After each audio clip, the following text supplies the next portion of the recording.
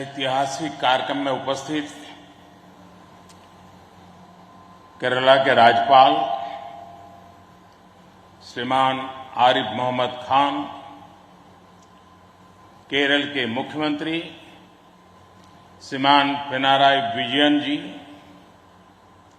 देश के रक्षा मंत्री श्रीमान राजनाथ सिंह जी, केंद्रीय मंत्रिमंडल के मेरे अन्य सहयोगीगण, chief of naval staff admiral R Harikumar ji, MD Cochin shipyard, सभी विशिष्ट एवं गणमान्य अतिथिगण और इस कार्यक्रम में जुड़े मेरे प्यारे देशवासियों, आज यहां केरला के समुद्री तट पर भारत का हर भारतवासी एक नए भविष्य के सूर्योदय का साक्षी बन रहा है। आईएनएस विक्रांत पर हो रहा ये आयोजन विश्व क्षितिज पर भारत के बुलंद होते हौसलों की हुंकार है। आजादी के आंदोलन में हमारे स्वतंत्रता सेनानियों ने जिस सक्षम, समर्थ और शक्तिशाली भारत का सपना देखा था, उसी एक सशक्त तस्वीर आज हम यहां देख रहे हैं। विक्रांत विशाल है, विराट है, विहंगम है। विक्रांत विशिष्ट है, विक्रांत विशेष भी है। विक्रांत केवल एक युद्धपोत नहीं है, ये 21वीं सदी के भारत के परिश्रम, प्रतिभा, प्रभाव और प्रतिबद्धता का प्रमाण है।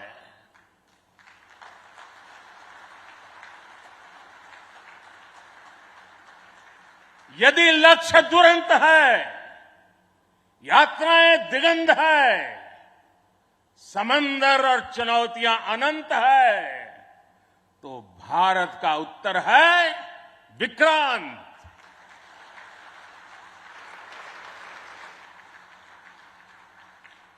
आजादी के अमृत महोत्सव का अतुलनीय अमृत है विक्रांत।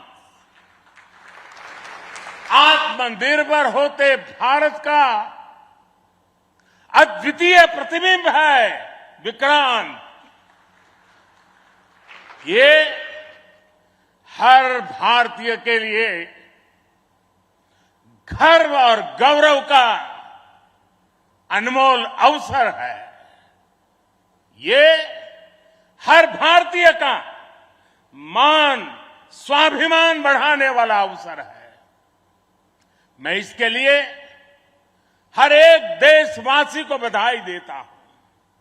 साथियों, लक्ष्य कठिन से कठिन क्यों न हो, चुनौतियां बड़ी से बड़ी क्यों न हो, भारत जब ठान लेता है तो कोई भी लक्ष्य असंभव नहीं होता है।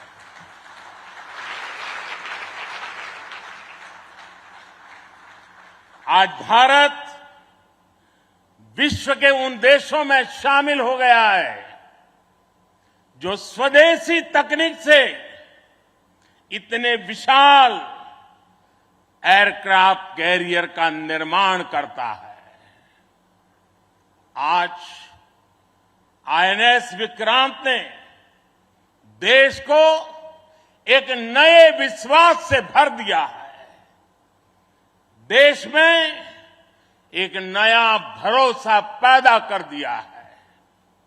आज विक्रांत को देखकर समंदर की ये लहरें समंदर की ये लहरें आह्वान कर रही है, अमर्त्य वीर पुत्र हो, अमर्त्य वीर पुत्र हो, दृढ़ प्रतिज्ञ सो चलो, प्रशस्त पुण्य पंथ है, प्रशस्त पुण्य पंथ है, बढ़े चलो, बढ़े चलो, बढ़े चलो।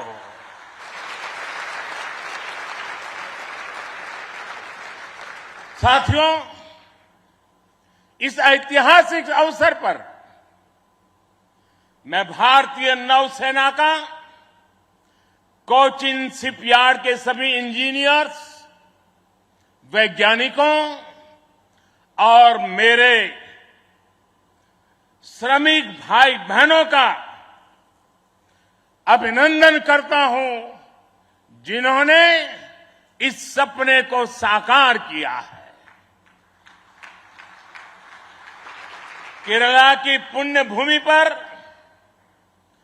देश को ये उपलब्धि एक ऐसे समय पर मिली है जब ओणम का पवित्र पर्व भी चल रहा है।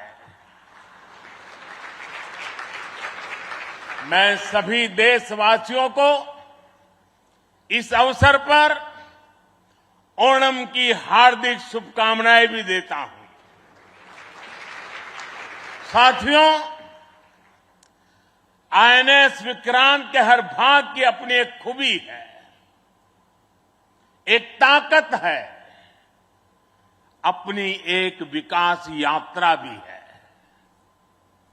ये स्वदेशी सामर्थ्य, स्वदेशी संसाधन और स्वदेशी कौशल का प्रतीक है।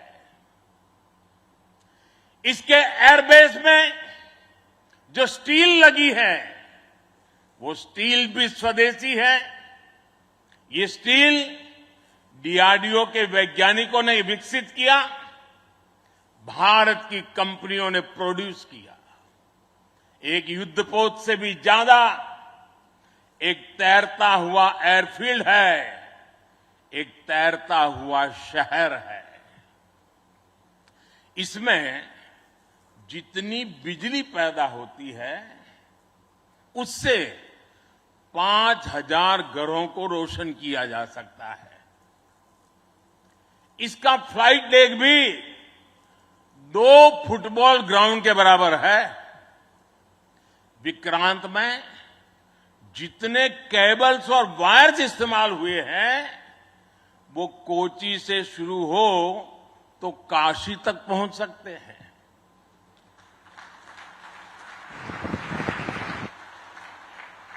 ये जटिलता हमारे इंजीनियर्स की जीवटता का उदाहरण है।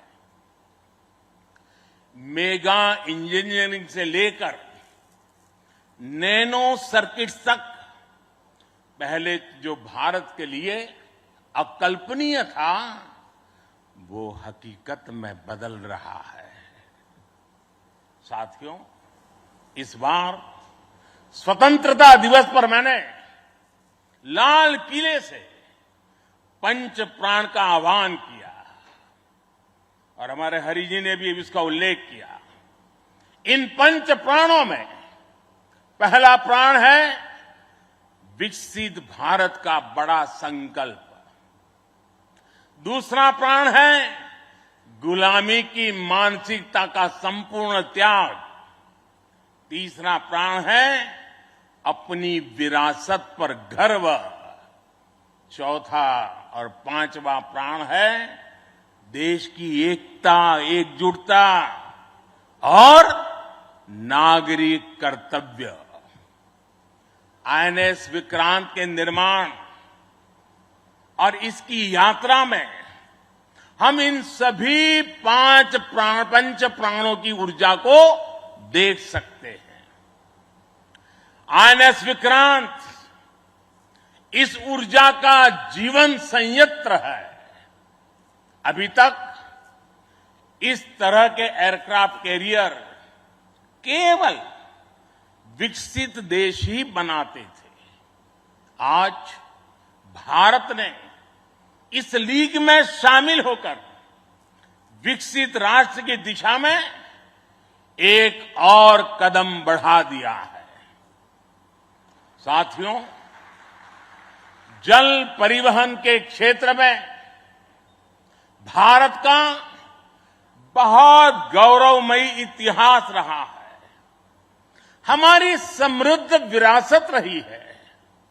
हमारे यहां नौकाओं और जहाजों से जुड़े श्लोकों में बताया गया है, दीर्घिका तरणी ही लोला गत्वरा गामिनी तरीहि जंगाला प्लाविनी चैव धारिणी वेगिनी तथा। ये हमारे शास्त्रों में इतना वर्णन है। दीर्घिका तरुणी लोला गत्वरा गामिनी जंगाला प्लाविनी धारिणी वेगिनी। हमारे यहां जहाजों और नौकाओं के अलग अलग आकार और प्रकार होते थे। हमारे वेदों में भी नौकाओं, जहाजों और समुद्र से जुड़े कितने ही मंत्र आते हैं। वैदिक काल से लेकर गुप्त काल और मौर्य काल तक भारत के समुद्री सामर्थ्य का डंका पूरे विश्व में बजता था। छत्रपति वीर शिवाजी महाराज ने इस समुद्री सामर्थ्य के दम पर ऐसी नौसेना का निर्माण किया जो दुश्मनों की नींद उड़ाकर रखती थी।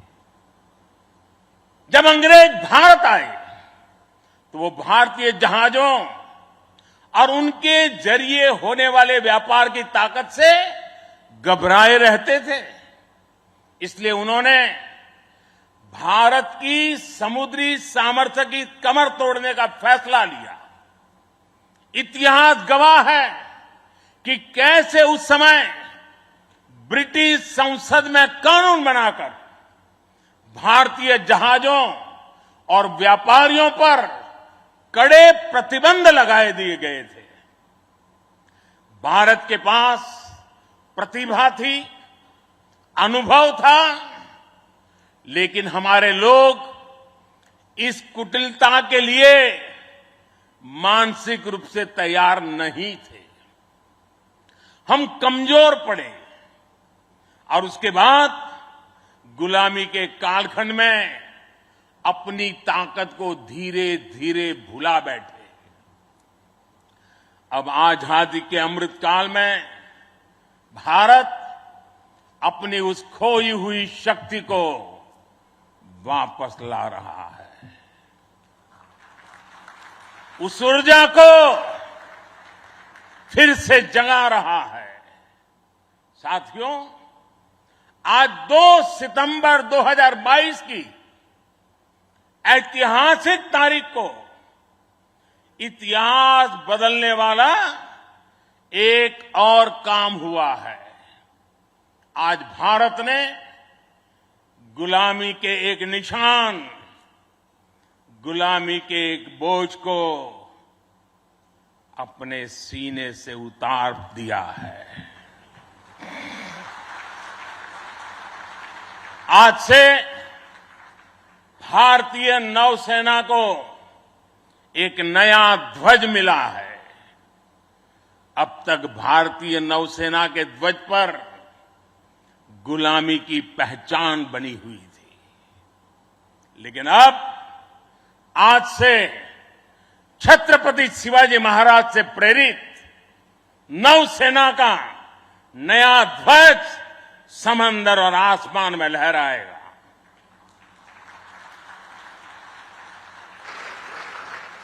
कभी रामधारी सिंह दिनकर जी ने अपनी कविता में लिखा था, नवीन सूर्य की नई प्रभा, नवीन सूर्य की नवीन प्रभा, नमो नमो नमो नमो स्वतंत्र भारत की ध्वजा, नमो नमो नमो।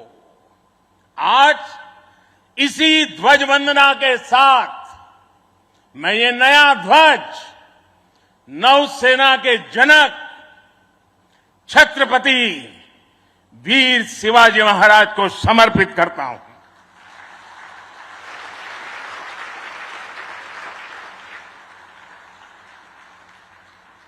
मुझे विश्वास है भारतीयता की भावना से ओतप्रोत ये नया ध्वज भारतीय नौसेना के आत्मबल और आत्मसम्मान को नई ऊर्जा देगा।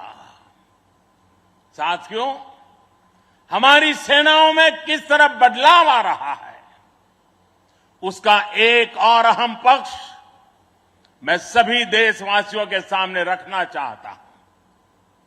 विक्रांत जब हमारे समुद्री क्षेत्र की सुरक्षा के लिए उतरेगा तो उस पर नौसेना की अनेक महिला सैनिक भी तैनात रहेगी।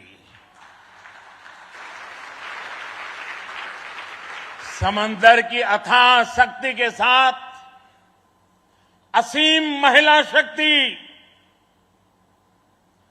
ये नए भारत की बुलंद पहचान बन रही है।